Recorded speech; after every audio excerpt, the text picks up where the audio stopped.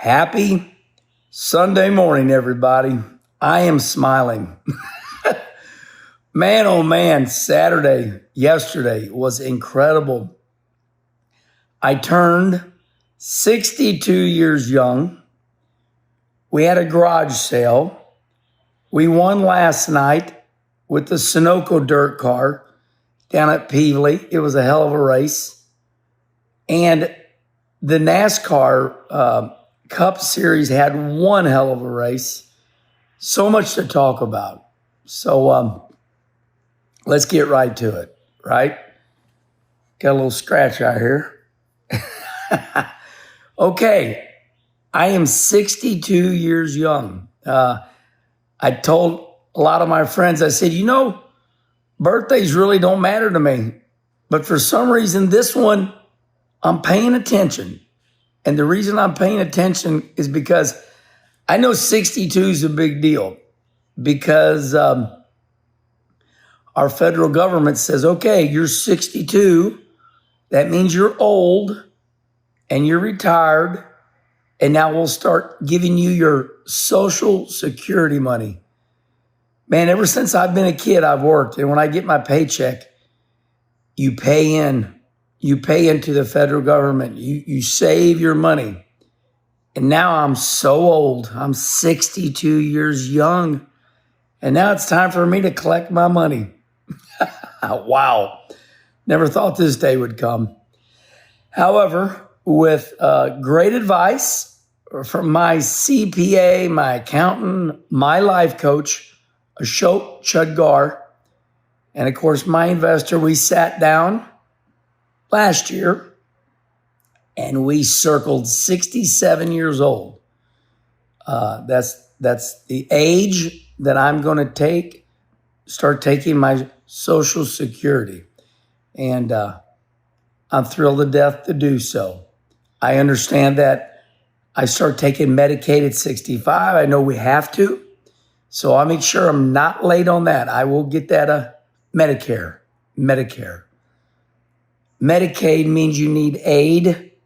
It's one thing I learned. Medicare, Medicaid. So we'll take Medicare at 65. All right, enough of that. The reason I addressed that is because I had some people on X going, I was wondering when you were going to start taking your Social Security, so I'll take it at 67. Okay, how about yesterday? I mean, the garage sale. How did this all start? Well, we've got a hallway closet right here. Hell, let me just show it to you. This is the way it started. Hold on here. We're going to get over here to it. I'll turn the light on. Looky there. That's me and that's Kim. I love that. Okay. So got the hallway closet. I was getting ready to vacuum. And I went in there to get the vacuum cleaner. And couldn't get the vacuum cleaner out of that hole. Now, right now, I don't know where the vacuum cleaner's at. But I couldn't get the vacuum cleaner out because it was full of puzzles. Like I said the other day, like 60 puzzles. And I said, okay. And this is the way does your dining room table? This is the way our dining room table looks all the time. All the time. You couldn't eat food on that sumbitch if you tried. Look at that. It's always like this. And it's always Kim. The love of my life. Kim goes, don't mess with my stuff. I know right where it's at. I'm like, I'm sure you do. It's one hell of a disaster. So then Kim, all of a sudden, Kim said she couldn't walk downstairs. Because there was so much shit all over the floor. So between me not being able to get the vacuum cleaner out of the closet because there was 60 puzzles there. Now I counted them because I put them in bags and then put them over there to be done with. And then Kim couldn't walk downstairs because she had shit everywhere. in her wreath factory. She said, you know what? I think we're going to have a garage sale. I said, the greatest idea ever. But before that, I got her mother and Kim together, and I said, team meeting. I said, we are very clean people. Everything's clean. And her mother goes, but we're cluttered. I said, D, I said, we don't have room anymore. So the garage sale yesterday, listen, thank you from the bottom of my heart. I mean, it was unbelievable. It was a little scary, although I did call the Jefferson County Sheriff. He sent 2 wonderful police officers out here. Let's put it this way. At 7:30, my daughter, Brandy, wakes me up. She goes, Dad, we got no more room. You're going to have to get up. These people are waiting on you. And I'm like, it's a garage sale. Buy shit. But it turned into the fan club party. We used to have a fan club, and it turned into a wonderful fan club. So I got up. I was up there about 7:45. And people were parked around the swimming pool, backed up around our house. So last night they said, we had to put people somewhere. They had to open up the gates at 6:30. People were out on the road. I think you get the idea. It was an incredible garage sale. We probably had 400 pieces of die-cast. All the die-cast sold because, to my surprise, Kim collected the rarest of die-cast. I mean, high-end stuff. It wasn't just Bobo die-cast. I mean, this was the good stuff because they would give it to us. They'd make, a die-cast of mine, and then they would give us die-cast as a thank you, still in the plastic wrapper in the box. So we sold all the die-cast. We sold a lot of helmets, a lot of fire suits. That was deemed Kenny's Corner. So, by the way, breaking news, Kim did keep helmet and driver fire suit combination. So she's going to start up a bidding process. You all have been asking for it all over the United States. I see what you're saying. So Kim is going to start that. She says she's got it handled, but I saw some good combinations up there.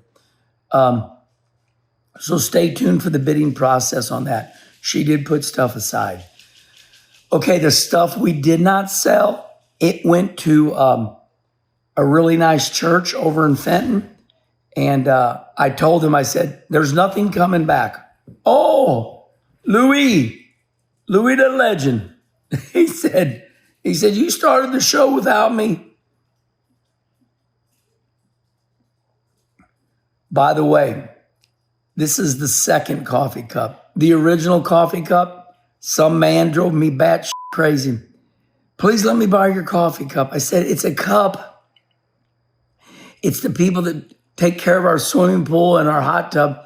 It's a plain cup, and I put a Sunoco decal on it. He goes, damn.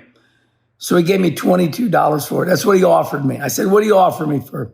And then I signed it. Okay. Once again, thank you so much from the bottom of my heart. I am blessed. But it was a little scary just because the people, I got up in my underwear, looked out the window. I'm like, ah. Then I came in the kitchen. All the windows were open. All the blinds were open. So fans could have looked right in the kitchen as I started preparing my Dave's whole wheat toast. My Dave's 4% whole wheat toast. Okay. We won last night. It was a hell of a race. I want to be clear that there is no such thing. Somebody put 3 checkered flags and they put cherries. That means that I'm so good that I cherry pick, that my competition's weak. Let me say something about that comment. That is not showing any respect to the people I race. They are the best. I'd put our locals up. I would put if people came to our racetrack, or any of our local racetracks, whether it's Tri-City Speedway in Granite, Highland, Peavey, I would put our locals up against them. You got guys like, Rick Knoyer, Steve Pecou, Ryan Hamilton. Hell, there was a guy last night, Variant. I think that's his name, number 17. He was, all year long, he's a good racer, but man, he was fast last night. I started second row outside, and I had to pass him on the outside for the lead, and I had to pedal that son of a bitch. So it was a good win. And reminder, Dale Earnhardt Sr., he would say, Herman, there's thousands of race car drivers all over the United States that are great. And not all of them can be NASCAR. So once again, I know I've said it, when I line up, get ready to race, those thousands of great race car drivers that Earnhardt's talking about, he's here. Damn, I took up 11 minutes, everybody. All I'm going to do is make it short and sweet, and we'll talk about it more tomorrow. Not sure why. But Ryan Blaney on lap 158 to lap 160 in 2 laps, Ryan Blaney picked up 13 positions to win. What a race. The picture's out there, 4 wide at the finish line, 3 wide behind him. My friends, if you're not entertained by that, I don't know what to say. What a race. And we'll get more onto that later. But also, how about Parker Kligerman? Parker Kligerman fills in for Connor Zilisch and wins the Xfinity race. His first real Xfinity win. Now, Parker won this race last year, but they deemed him illegal, said his car was too low. But what a win for Parker Kligerman. I've always said, Parker, you're too good of a driver. Why are you doing TV? It just comes down to money. You got to have sponsorship. So here's a guy that wins, but is doing TV because he can't find money to give to the team. So congratulations, Parker Kligerman. I know that had to feel good. Still weird for me to see you on TV, knowing you're knowing all along that you were a winner. And finally, you got the real win. Connor Zilisch was really appreciative. I was really impressed by Connor. I believe Connor Zilisch was really happy for Parker. And by the way, on Sunday, Team Trackhouse made it official. They have hired Connor Zilisch to replace Daniel Suarez next year in the Cup Series. All right, everybody. This is a long one, but there was a lot happening. I'll see you all at Quincy. We're going to give it another try. It's cold outside. Finally, the death heat and the high humidity have broke. See you in Quincy, Illinois tonight, and here's why. Tonight is finally my 30th points night. And that's the key number, 30 points races. So I'm going to go get my 30th points race. They take your 30 best finishes of the year. With all the rainouts and all the cancellations for heat, hell, I could hardly get to 30 races this year. 2 years ago, I ran 68. All right, everybody. Listen, thanks so much, and all of you have a great Sunday.